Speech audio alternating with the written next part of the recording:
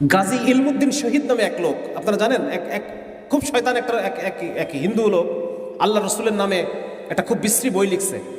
রঙ্গিলা রসুল নামে একটা বই লিখছিল। সেটা বইয়ের মধ্যে একদম বিশ্রীভাবে তখন গাজী ইলমুদ্দিন রহমতুল্লাহ আলাই সেই সাতেমকে দুনিয়া থেকে তার পাওনা বুঝায় দেয়। এই যে মানে দিনের জন্য ঝাঁপায়ে পড়া, এই ঝাঁপায়ে পড়ার জন্য লাগবে ভালোবাসা, ভালোবাসা লাগবে, ভালোবাসা লাগবে।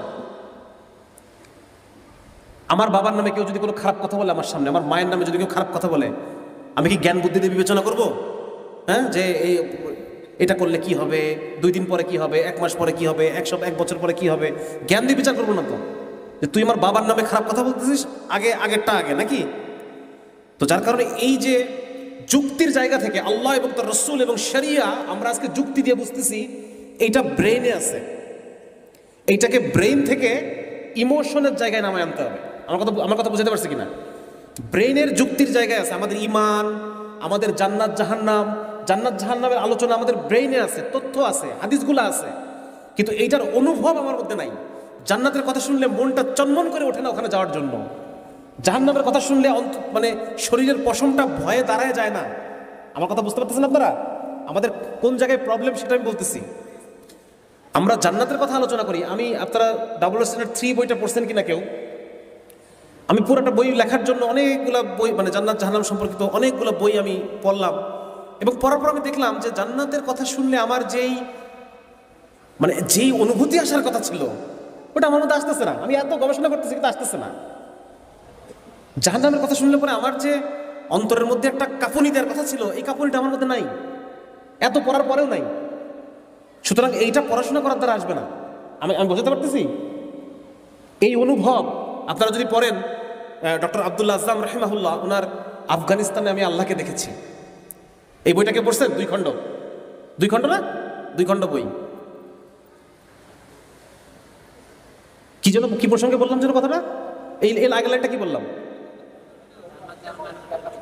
হ্যাঁ, জান্নাত জাহান্নামের যে জান্নাতের কথা শুনলে পরে যে দৌড় দিয়ে ঝাঁপায় যে আমি জান্নাতে পড়ে যাব, আকাঙ্ক্ষা অন্তরের মধ্যে, ওই পর্যায়ে আমাদের এই আলোচনাগুলোকে নিতে হবে।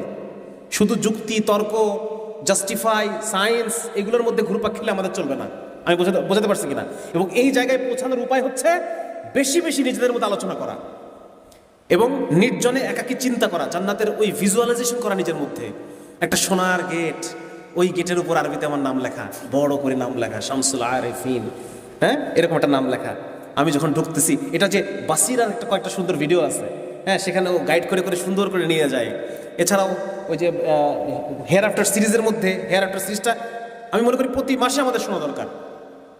জান্নাত জাহান্নামের ওই আগ্রহ নিজের জীবনের মধ্যে আনার, ভাই এগুলো তো ভিজুয়ালাইজ করা জিনিস। আলী রাদিয়াল্লাহু তাআলা আনহুকে আলী রাদিয়াল্লাহু তাআলা বলতেছেন যে আমার সামনে যদি জান্নাত আনা হয় তবু আমার ঈমান এতটুকু বাড়বে না, আমার সামনে যদি জাহান্নামকে আনা হয় তবু আমার ঈমান এতটুকু বাড়বে না, বাড়ার কিছু নাই, যা আমার অলরেডি আছেই সেটা।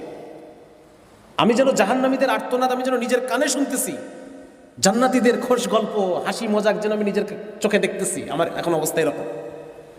এক সাহাবী এসে বলছি, ইয়া রাসূলুল্লাহ, নবীজি জিজ্ঞেস করতেছে যে হে হারেস, তুমি সকালটা কিভাবে কাটাইছো? উনি বলতেছে, ইয়া রাসূলুল্লাহ, সকালটা আমি ঈমানের অবস্থায় কাটাইছি। তা বলছে, ঠিক আছে, ভেরি গুড। তা ঈমানের অবস্থায় যে কাটাইছো এটার হাকিকত কি? তুমি কিভাবে বুঝলা যে তুমি ঈমানের অবস্থায় কাটাইছো?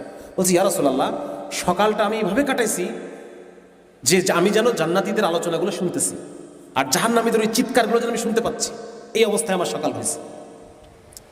পরে আল্লাহ রাসূল বলতেছেন যে হারেস হচ্ছে এমন মুমিন যার অন্তর ঈমানের নূরে পরিপূর্ণ। সুতরাং আমাদের এই পড়াশোনার জায়গা আর এই বুদ্ধিবৃত্তিক জায়গা থেকে ঈমান, আল্লাহর প্রতি ভালোবাসা, আল্লাহর অনুভব, আমি তাকওয়া শব্দটাকে আমি বাংলা করি স্রষ্টানুভূতি, আল্লাহ প্রেজেন্ট থাকার অনুভূতি। বুঝতে পারছি? আমি যে লোকের মধ্যে তাকওয়া আছে, আল্লাহ প্রেজেন্ট থাকার অনুভূতি আছে, সে গুনাহ করতে পারবে? আল্লাহ এখন এই মুহূর্তে প্রেজেন্ট। হাদিসের মধ্যে আসছে যে তোমরা যখন 2 জন পরামর্শ করো তার মধ্যে 3য় জন থাকি আমি, তোমরা যখন 4 জন পরামর্শ করো তার মধ্যে 5ম জন থাকি আমি। সুতরাং এই যে আল্লাহর অনুভব, জান্নাতের অনুভব, গভীর অনুভব, আপনি চোখ বন্ধ করে অনুভব করেন যে আপনি জান্নাতের মধ্যে হাঁটতেছেন, এই যে অনুভব, হচ্ছে জ্ঞান, একটা হচ্ছে অনুভব, দুটো আলাদা জিনিস। একটা হচ্ছে ব্রেনের মধ্যে যুক্তির জায়গায়, তর্কের জায়গায় জিনিসটা আছে, আর একটা হচ্ছে আপনার আবেগের মধ্যে জিনিসটা মিশে গেছে, অনুভবের মধ্যে জিনিসটা মিশে গেছে, আপনার সত্তার সাথে মিশে গেছে, দুটো আলাদা জিনিস। এজন্য খুব গুরুত্ব দিচ্ছি আমি, যদিও এই আলোচনা শুনতে একটু বোরিং লাগে, কিন্তু এই আলোচনাগুলো আমাদের মধ্যে থাকতে হবে এবং আমাদেরকে দিন ইসলামের সাথে মিশে যেতে হবে। ইসলাম এবং আমি আলাদা কোনো অস্তিত্ব না। এক ভাই আমাকে জিজ্ঞেস করছেন যে